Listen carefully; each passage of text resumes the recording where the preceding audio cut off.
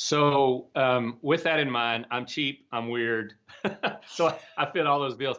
But I had actually rented office space for a studio because we were wanting to do more videos, not so much live, but more videos. Bought the DSLR, bought some lights, but I was traveling so much that I just wasn't able to get in that space a whole lot. So we finally got it set where we could do some videos and moving things around and trying to figure out the lighting and all of that without Ecamm and other tools even. And so we did some videos, but then it got to be too expensive and I was always gone. It was a waste of money. So I packed everything up, kind of moved back to the house, if you will.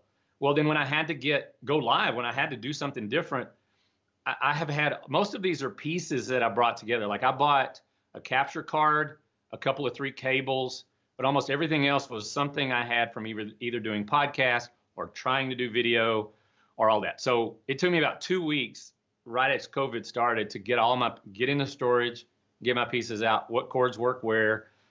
Somebody said something, I didn't think about it. So being part of the Ecamm community really helped too, because I'm like, oh, wait, I have that, or I never thought of that. So I'm going to take you through real quick. I say real quick. I don't do anything too quick.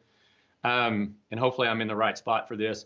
So this is the AV rig. And what it is just a plastic AV cart that I was using just to put my computer on as I had a camera facing me. And I ran my Canon into the computer so I could see what it looked like and to record it on my computer as well as the card.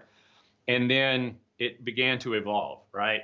So I put this box underneath it. You see the box, that's what my computer's sitting on. Nothing drives me crazier to be in a Zoom or something where somebody's presenting and I'm looking up their nose or at their ceiling fan. And I just always tell people, square your camera up all the time, and I'll show you how we've done that. So it started out as a plastic cart with a computer on top of it. And now you can see all this stuff. So here's the full view.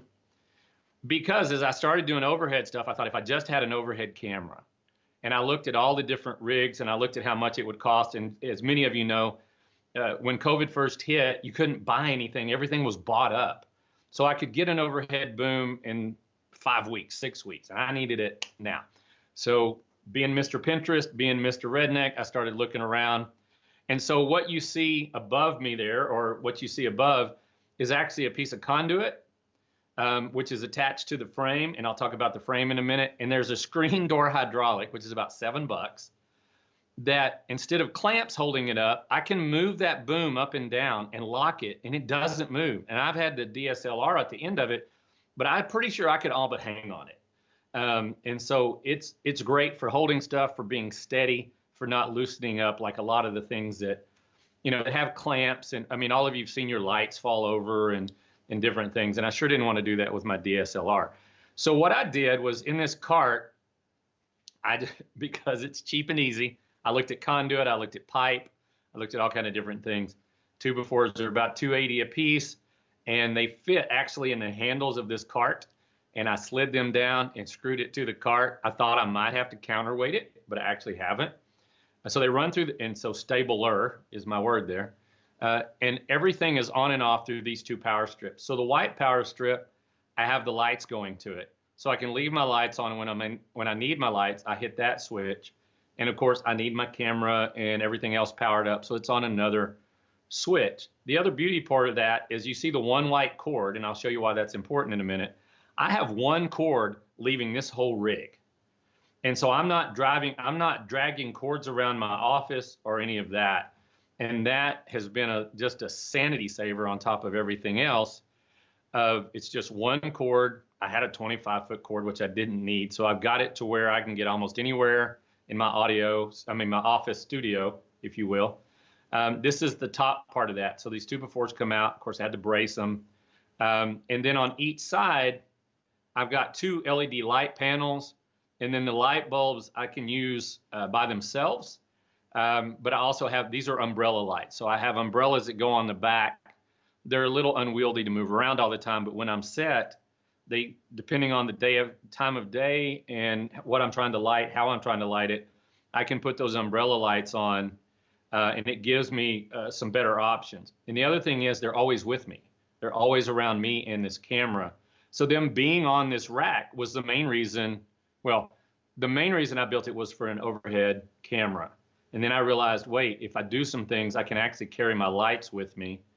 And as you can see, cord management is always an issue. Thank the Lord for zip ties and whatever. So these are newer LED light panels, the umbrella lights, and these are just carriage bolts, big carriage bolts that I drilled holes for. And so everything clamps to it. And then my sound, let me stop this for a minute and move over a little bit. So I had a Behringer board that just had a couple of XLR inputs. I've yet to find an XLR mic that I like for the way I do things. And so I had a Zoom that I was using for doing, like, the Zoom was running into my Canon for the videos that I was doing. It was really handy. I've also used it for podcast, both in my office and live, because I can run 4 XLRs into this. So if I'm doing a larger video shoot, I can still run my sound through it. And I've done this before on lives, where you can actually run 4 XLR mics out to your guest if you're actually in the same room with them.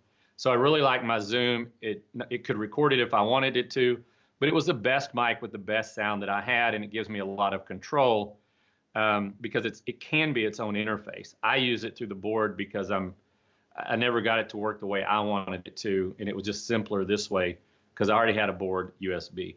I had an old Vixia camera that I was using for videos before. That's my overhead camera that I'll show you before. That's where I had to have the capture card. So I ran the HDMI out of that. And this is the end of the conduit. And so, like a lot of you, if you've done any of this work, you've got like good tripods, old tripods, cheap tripods. And I looked around in all my collection of tripods, and I found one that I'm like, I think I can take the head off of this. I think it has all the things I need. And the reason I picked 3/4 inch conduit is because that's what it fit. So I took the whole rod out of the tripod, all the head and everything was still connected to it, ran it into the 3/4 inch conduit and ran screws in it.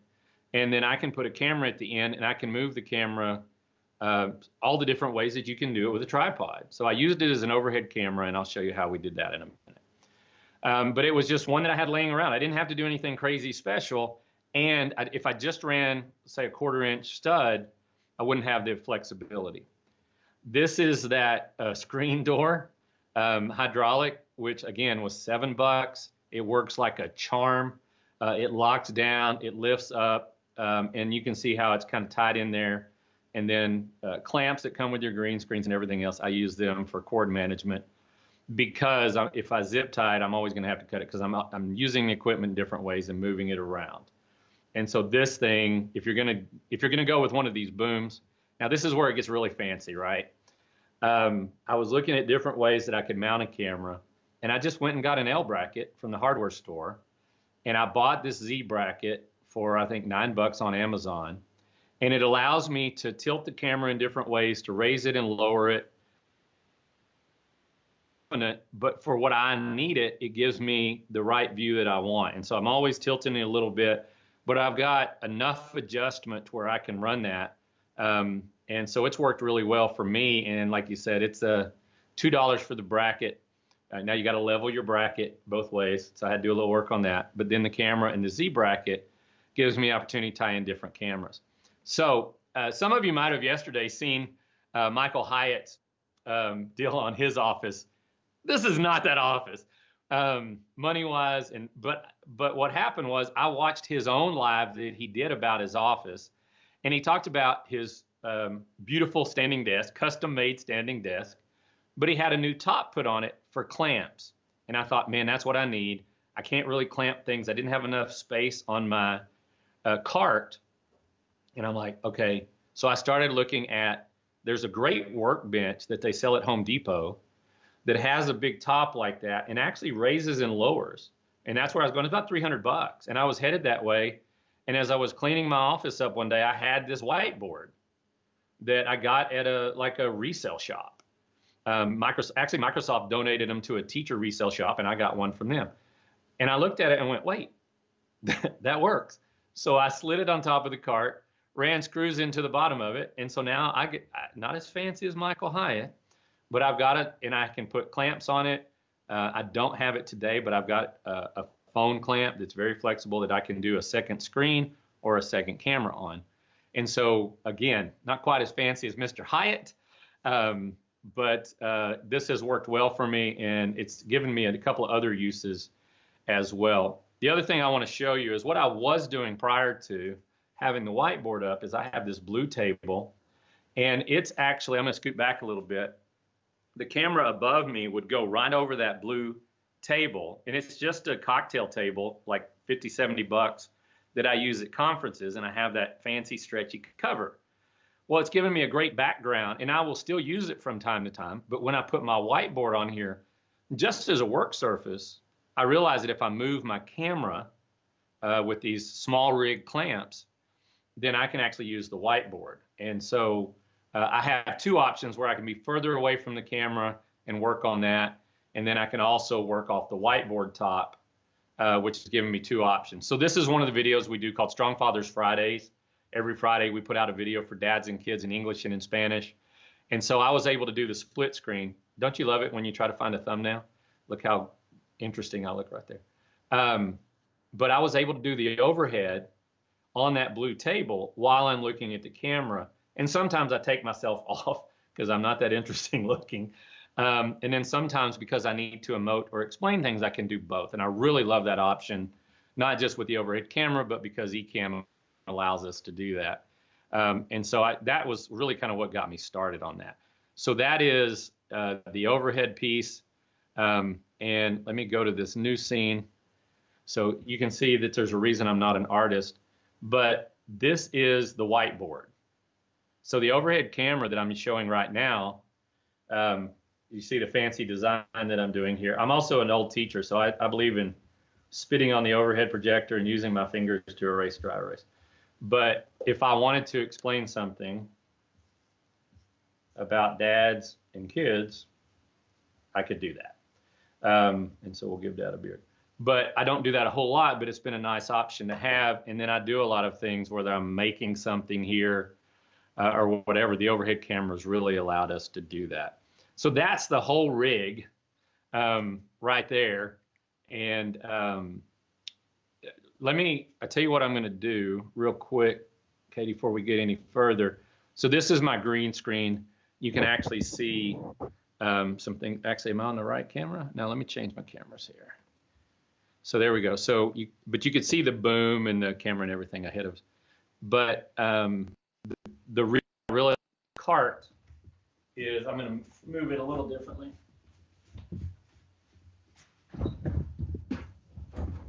When I'm ready to go, let's see how we want to do that. No, let's move it this way. There we go.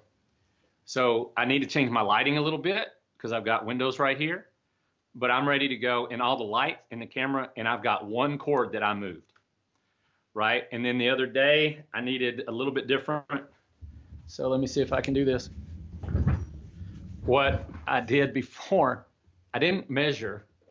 And so let me move over a little bit. I always have to figure out which direction I'm going. So this backdrop is actually my file cabinets. And I just had this cloth backdrop that I dropped over the top of it and threw some of my favorite old suitcases up. So when I'm doing a Zoom that's a little bit more informal, or if I want to use the standard bookcases, I can do that, but I can move around even. So I've actually shown a video and then change scenes while the video is showing. So the blessing to me of having this cart is it's one cord and everything moves with me, even if I'm not doing that during a live. So that's the AV Redneck cart, Redneck AV cart.